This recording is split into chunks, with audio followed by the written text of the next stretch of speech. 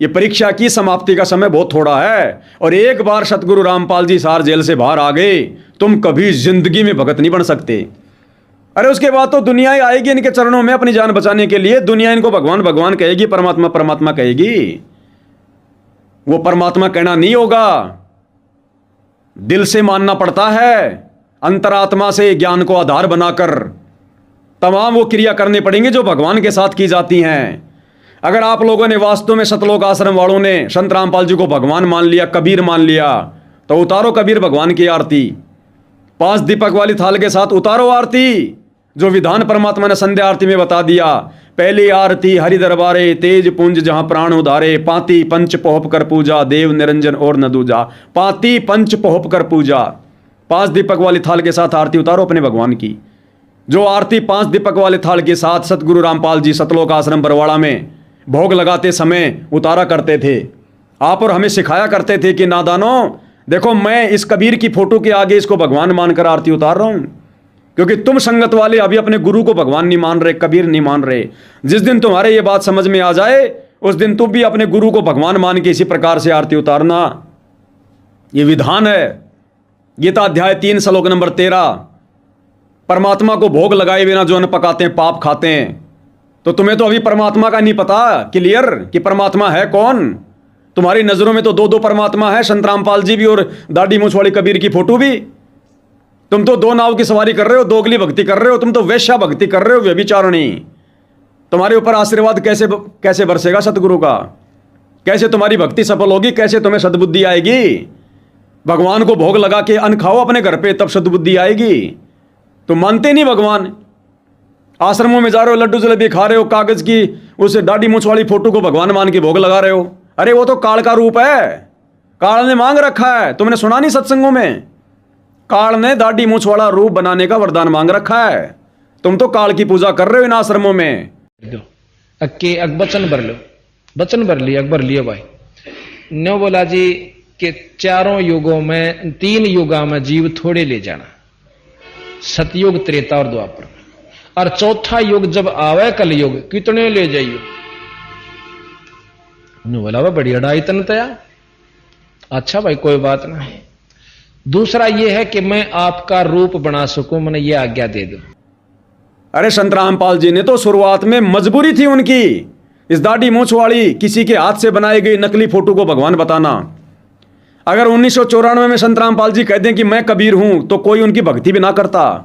इसलिए अपने आप को छुपाकर, कबीर होते हुए अपने आप को छुपाकर, और उस कागज की फोटो को सामने रखा कि यह है कबीर भगवान।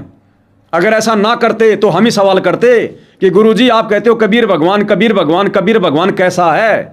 तो गुरुजी कहते बेटा वो तो 650 साल पहले आए थे। उस समय बेटा कोई कैमरा थोड़ी था, मोबाइल थोड़ी था जो हमने उसकी फोटो खींच ली। तो हम ही सवाल करते कि गुरुजी बड़ी अच्छी बात कर रहे हो, श्री रामचंद्र जी लाखों साल पहले आए, श्री कृष्ण जी हजारों साल पहले आए, उनकी भी तो फोटोएं हैं। कबीर जी तो 600 साल पहले आए थे, उनकी फोटो क्यों नहीं हो सकती? तो गुरुजी ने हम मंद बुद्धियों की मंद बुद्धि को देखते हुए कि ये मुझे कबीर के रूप में स्वीकार नहीं करेंगे, इनके मन में दोष आएगा तुरंत कि ये गांव धनाना का नंदराम जाट का बेटा रामपाल कब से ये कबीर हो गया। देखो कितना ढोंग कर रहे हैं, कितना पाखंड कर रहे हैं। हम उनके सत्संग में ना सुनते, इसलिए हमारे निकट आने के लिए, हमें भक्ति समझाने के लिए अपने आप को उन्होंने जो है कबीर का दास कहना पड़ा, उस कबीर का भेजा हुआ उनका नौकर बोलना पड़ा, ताकि हम उनके सत्संग सुने। अरे अब तो समझ जाओ, अब तो सुधर जाओ कम से कम। अब इतना ज्ञान सुनने के बाद, इतने प्रमाण देखने के बाद तो अपने गुरु को परमात्मा मान लो, भगवान मान लो। जो काम वे वर्तमान में कर रहे हैं, भक्तों को जो भक्ति लाभ दे रहे हैं, ये मोटर पाइप वाला नहीं, ये तो समाज सेवी लोग भी करते हैं, सरकारें भी देती हैं। तुम नहीं देते जबरदस्ती, तो सरकार देती है उनको मोटर पाइप। गरीबों के मकान, प्रधानमंत्री आवास योजना के तहत करोड़ों लोगों के मकान भारत सरकार बना चुकी है। तुमने 15 मकान बना दिए तो क्या हुआ? ये काम तो सरकार भी कर रही है, करती आ रही है, इससे कोई भगवान नहीं हो जाता। नरेंद्र मोदी के शासनकाल में लाखों मकान बन गए गरीबों के, तो क्या उसको भगवान मान लें? तो ये भगवान की परिभाषा नहीं होती है। भक्ति करते करते जो लाभ देता है परमात्मा, मृत्यु टाल देता है साधक की। जो सुख परमात्मा दे रहे हैं इस कलयुग में, जिन बुराइयों से हमें गुरुदेव भगवान ने दूर कर दिया, जो मानसिक शांति हमें गुरुदेव भगवान की भक्ति से मिली है, ये परमात्मा कर सकता है, दूसरा कोई नहीं कर सकता।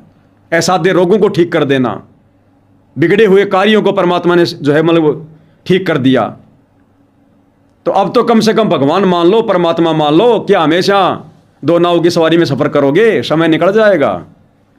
फिर पूछते रहना संत रामपाल जी को भगवान भगवान कह के। जैसे रामचंद्र जी के जाने के बाद आज उनके बड़े बड़े मंदिर बना दिए, जय श्री राम जय श्री राम। श्री कृष्ण जी के जगन्नाथ जैसे मंदिर बना दिए, हरे कृष्णा, लेना देना कुछ नहीं अब। तो गुरु के रहते सहते उनको परमात्मा मानो, उनको प्रसन्न करो, साथ संगति से जुड़ के सत भक्ति करो। गुरु जेल से बाहर आएगा भक्ति से प्रसन्न होके। ये फालतू की समाज सेवा भक्ति मार्ग में नहीं चलती है। ये काम अगर गुरु ने करना होता, इस विधि से लोगों को अपने चरणों में लगाना होता। ये तो समर्थ है जिसने 1 सेकंड में सुदामा की सुदामापुरी रच दी श्री कृष्ण रूप में। ये क्या नहीं कर सकता? ये समर्थ है। परमात्मा कहते हैं ये परमात्मा सतलोक से एक मुट्ठी दाना फेंक दे 100 वर्ष के लिए, यहाँ किस ब्रह्मांड में कितने जीव हैं उन सब के लिए पर्याप्त है। एक मुट्ठी भर के भी दाने फेंक दे तो यहाँ सतलोक से। तो ये परमात्मा चाहे तो 1 सेकंड में सबके महल खड़े कर दे। 1 सेकंड में मौला जल से थल करे, थल से जल कर दे, साहिब तेरी साहिबी श्याम कहूं के सवेत। सतगुरु जो चावे सो कर ही भरम पड़ो मत कोई, सेऊ धड़ पर शीश चढ़ाया पाछे करी जो है रसोई। क्या नहीं कर सकता ये परमात्मा?